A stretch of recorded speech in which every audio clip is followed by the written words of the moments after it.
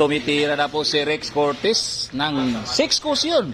Superstar ng Matina Pangi, guys. Ayan na po.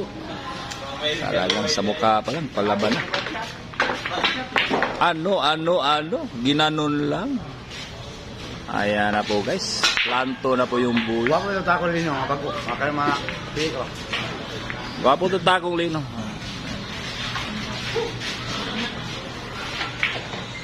Ayan na po, guys, ha. Dito na natin malalaman ang dunong sa mga tirador na ito. Ito po ang tumalo kay JB Sukal nakaraang linggo, ha. Binigyan ni JB Sukal ng 19. Sawa ng Diyos. Sumugpa ng dugo. Sumugpa ng dugo. Si JB Sukal.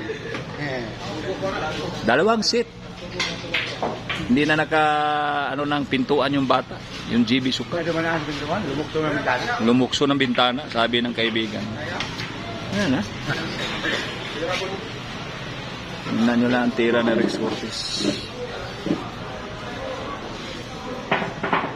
Nasiplak na ba yung abay ka naurot? Ayan na, ha. Mura po si boards ba? Ayan na, guys. Puro baliwala lang tinira ng Rex Cortez. Kung mahirap yung bola. Mula sa dos, mahirap na yun.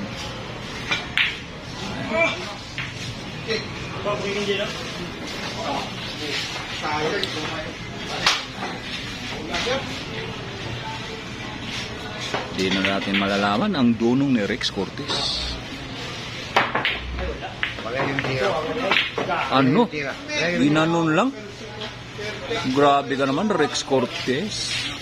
Iba ang dunong mo, pangkalawag. Gusto dito ang tanaw. Grabe si Rex Cortez, ba? Parang natutulog lang.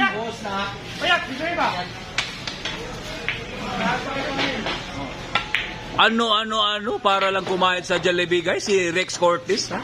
Superstar ng 6 cushion. Ha? Ayan na, guys, grabe ang tira ni Rex Cortez. Pinaupo si Vic Soto, guys, hindi pinatindig. Ano ba yun?